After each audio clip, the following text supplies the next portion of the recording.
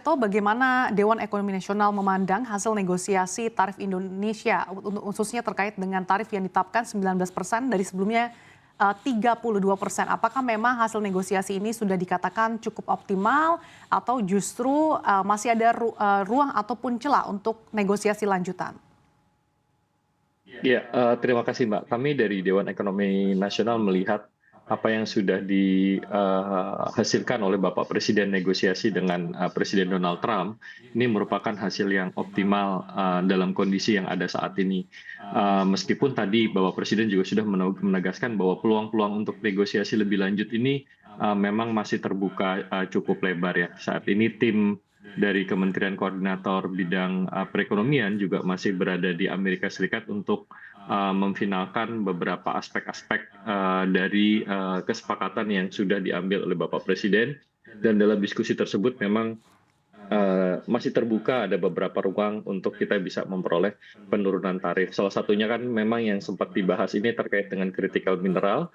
Critical mineral ini tidak menjadi bagian dari sektoral tarif saat ini, tidak menjadi bagian dari reciprocal tarif yang 19%. Ini akan ada sektoral tarif tertentu, dan ini kita sedang menegosiasikan dengan pihak Amerika Serikat, terutama untuk critical mineral yang tidak bisa diproduksi atau tidak ada cadangannya di Amerika Serikat, ini bisa mendapatkan tarif yang jauh lebih rendah ya, yang mungkin bisa di bawah 10% ya untuk yang critical mineral ini.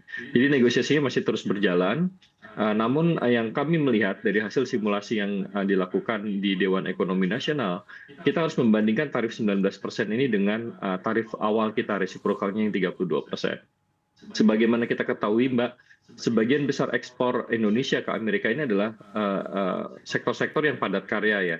Kita tahu seperti furniture, sepatu, garment, yang penyerapan tenaga kerjanya sangat tinggi ya.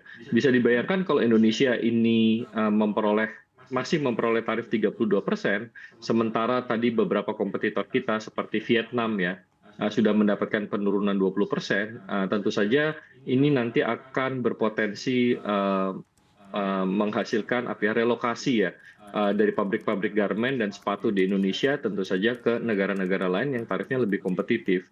Dan ini akan menghasilkan PHK yang bisa cukup besar gitu. Jadi saya kira ini adalah hasil yang cukup optimal kalau kami lihat dalam kondisi yang ada saat ini. Dan tadi juga Bapak Presiden menyebutkan ini bukan berarti kita berhenti bernegosiasi di sini. Karena tadi kalau misalnya kita ambil contoh sektor garment, jumlah tenaga kerjanya hampir 3,2 juta.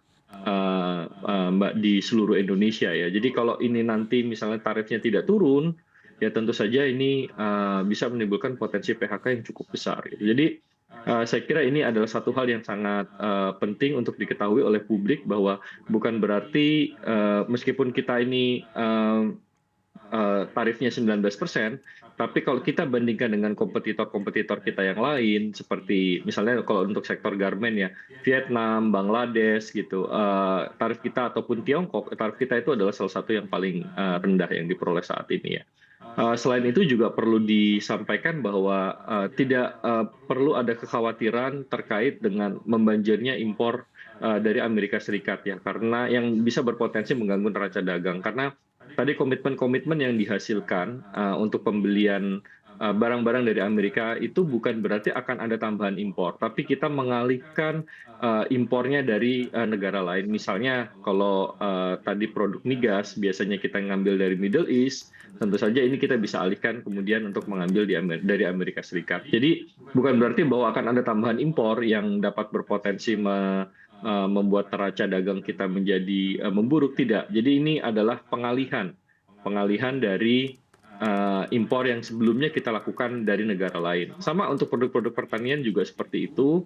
Jadi kalau kita lihat misalnya gandum gitu ya, tadinya kita mungkin mengimpor dari negara-negara lain, sekarang kita akan mengimpornya dari Amerika Serikat. Jadi kita harus melihat ini secara holistik, bahwa ekspor kita ke Amerika Serikat sebagian besar adalah sektor-sektor yang padat karya. Dengan adanya penurunan tarif dari 32 menjadi 19%, sektor-sektor ini akan menjadi kompetitif kembali dibandingkan dengan kompetitor-kompetitor kita. Jadi ini akan paling tidak akan menimbulkan dampak PHK ya yang besar. Kita bisa mempertahankan tenaga kerja dan mungkin sekali Mbak justru akan menambah tenaga kerja karena tadi dengan tarif kita yang lebih kompetitif saat ini akan ada relokasi-relokasi baru dari pabrik-pabrik yang sebelumnya di luar negeri untuk masuk ke Indonesia. Jadi kita sudah memantau misalnya ada beberapa investasi-investasi baru pabrik sepatu di Indonesia yang jumlah tenaga kerjanya juga berpotensi menyerap puluhan ribu tenaga kerja baru. Ini ada banyak di Jawa Tengah yang kita lihat. Jadi hal-hal seperti ini juga menimbulkan peluang yang cukup besar untuk kita gitu. Jadi ini yang saya kira juga publik harus mengetahui.